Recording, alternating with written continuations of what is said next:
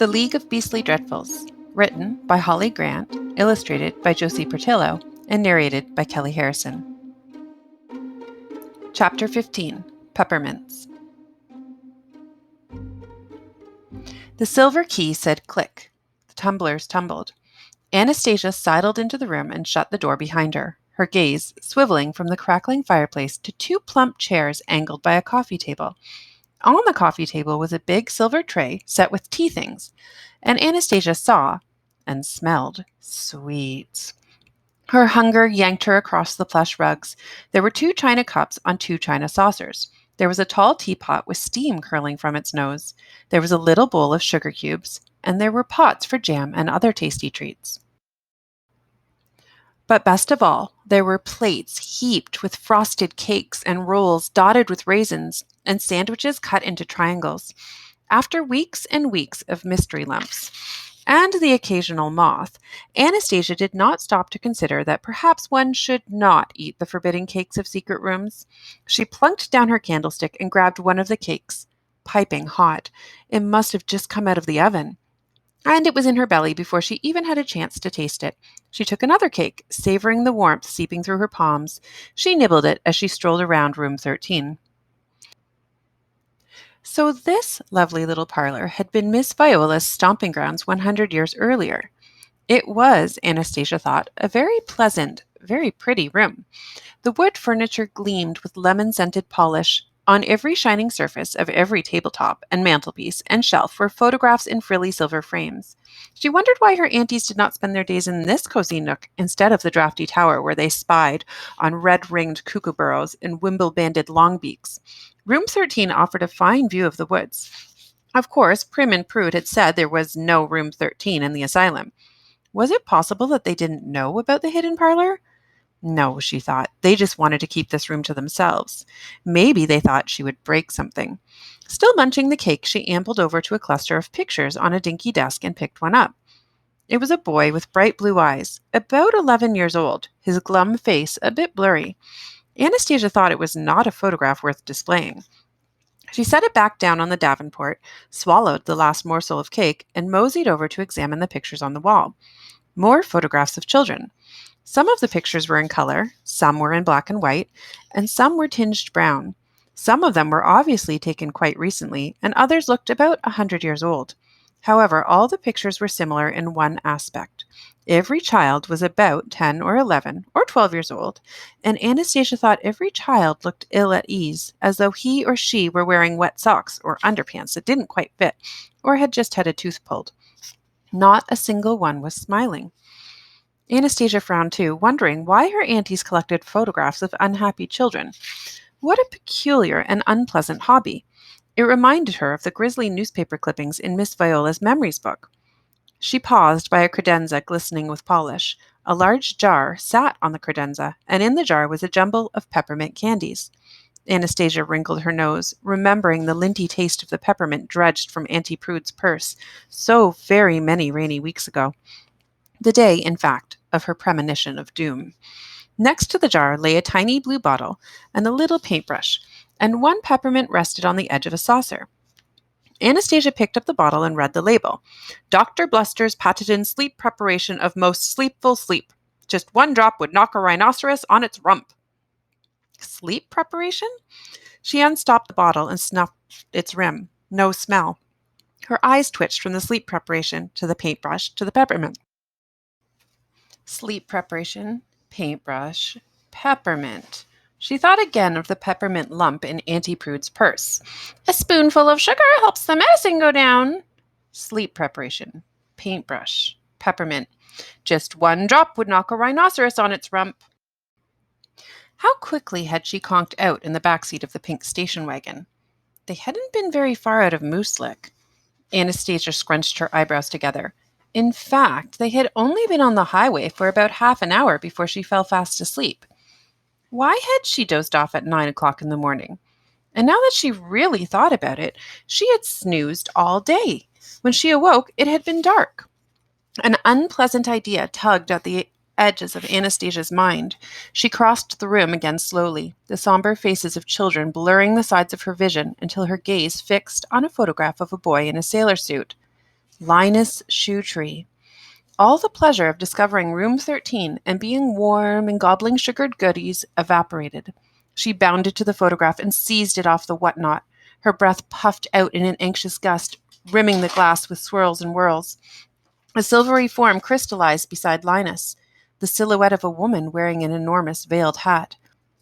Anastasia gaped at the photograph in mute terror. The ice crystals twinkled beneath her gaze, then dissolved. She twisted to look at the picture displayed beside Linus's. She froze. Mr. Bunster? But this picture was from a day when Bunster still had both his eyes. His coat was clean and white, his ears perky and pink. He was clutched in the hands of a pig-tailed girl with rheumy eyes. Thud, thud, thud. She stiffened. Footsteps. Of course, the silver tray had been set out with the teapot still steaming, the cake still fresh and warm. It was tea time in the secret parlor, and Anastasia had company. Chapter 16. Shadows in the Parlor. Quickety-quick, Anastasia grabbed her candlestick off the table, snuffing out the flame with a gasp, and slipped behind one of the thick curtains draping the window. She hoped that the tea-timers would not notice the lump of her fur-swaddled form beneath the green velvet. She pressed against the pane, trying to make herself as small as possible. "Not only did you lose the key, you left the door unlocked," complained a high, thin voice. "Auntie Primrose." Anastasia shrank even further into her coat. "You're so careless, Prude," Prim sniped. "Oh, pooh," Prude replied. "Nobody would ever find that door." "Perhaps not," Prim said, "but an ounce of prevention is worth a pound of cure, particularly when the cure," she added, "is so very, very nasty." "Don't these cakes smell good?" cried Prude. "I'm famished." "Mean old bags," Anastasia brooded. "They've been saving all the teensy tea sandwiches and muffins and sweets for themselves, while she suffered from bowl to bowl of mystery lumps." "I do wish we could have a proper tea more often," Prude said. "Economy, my sister," Prim chided. "We've sunk a small fortune into silver, you know." "This house is practically a silver mine," Prude replied. "Silver everywhere." "Your mouth is a silver mine," Prim chuckled. "Besides, we must be cautious. It wouldn't do to neglect our watching, and the view from this room isn't as good as the one from our tower." Anastasia held her breath on the other side of the curtain, not exactly sure why she was hiding, but feeling quite positive that she should remain hidden. Obviously, her aunties didn't want anyone else coming into their special room 13. They'd even hidden the keyhole. Did the aunties lock themselves in this secret room so they could devour their lovely tea delicacies without sharing a single bite? Or might the aunties' secrecy have something to do with the dreary photographs of children? Knitting needles began to click. "Like I said, we must be more cautious," Prim said. "We must beware of it." The word "it" hissed a little between her metal teeth. "It simply makes my skin crawl," Prude said. "I can barely stand being so close to it." "Neither can I," Prim murmured. "Why, my skin is crawling right now just thinking about it." "Ooh, knowing it's nearby, even when we can't see it," Prude went on. "Knowing that beastly creature could come for us at any minute." "Creature?" Anastasia's eyes widened. "What creature? Were they talking about the ghost in the basement?" She shifted behind the drape. There was a little rip in the velvet, the perfect size for a peephole, and Anastasia peeped into room 13. Long shadows crawled across the room. Her aunties were sitting in the squishy chairs, their knitting needles flashing, their chins bearded with tea-time jam. "You must put on a brave face, Prudence," Prim said. "It can smell fear, you know. It thrives on it. You must never show your fear." "It's the waiting that vexes me," Prude quavered. "I know exactly what you mean," Prim said. She sighed and shook her curly pink head. "Still, that's our duty. Watch and wait." "Watch and wait," Prim replied darkly. "Watch and wait," Prim muttered, "by the pricking of my thumbs." "Something wicked this way comes," Prude chorused. "That's always been my favorite line of poetry," Prim said. "So sad and so true. There's so much wickedness in this world. Why, it's all around us." Her cloudy eyes lifted from her knitting to a window with its curtains drawn. Her gaze lingered on the trees in the distance before shifting back into the parlor, across the silver-framed photographs twinkling in the firelight. "So much evil," she murmured. Anastasia's forehead tingled. For what wicked creature were they watching and waiting exactly? It certainly wasn't a red speckled twit, and it didn't seem like her aunties were talking about a ghost bolted into a basement room. She thought of Prim's hands trembling as she stared through the bars of the iron fence, and declared that they mustn't stay out after dark. She thought of her aunties stationed in the watchtower, gazing through their binoculars as the poodles patrolled the gardens. She thought of the way her aunties always locked her doors at night. "Primmy, dear," Prude said, "pass me another one of those scrumptious lychees." Prim set her knitting in her lap, then took the lid off one of the little china bowls and pulled out something long and black and twitching.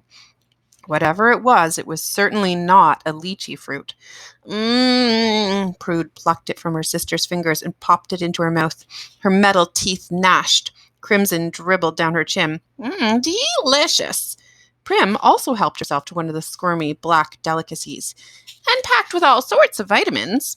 Prude stretched her arm toward the china bowl again. "Leeches are like potato chips," she sighed. "You can never have just one."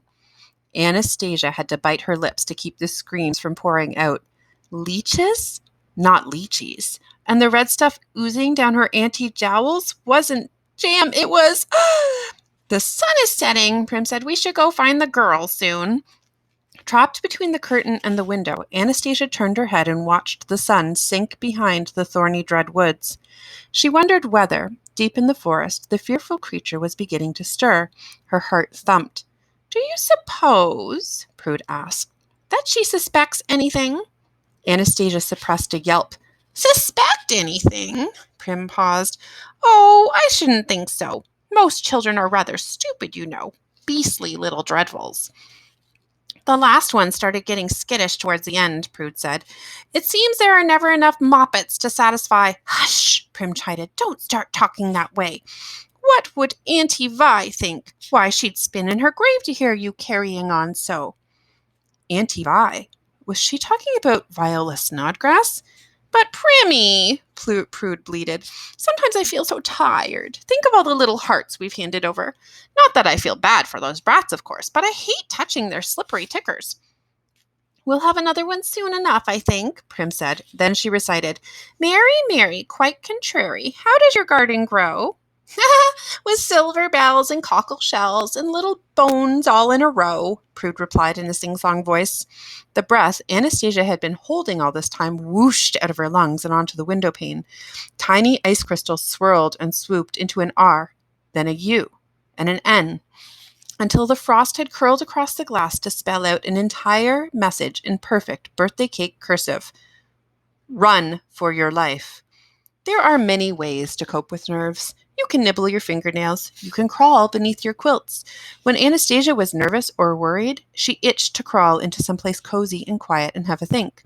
Back in the McCrumpet house, this place had been her closet, cushy with mangy stuffed animals and outgrown sweaters, and her rolled-up sleeping bag. It wasn't that she was an unusually fretful child. She wasn't.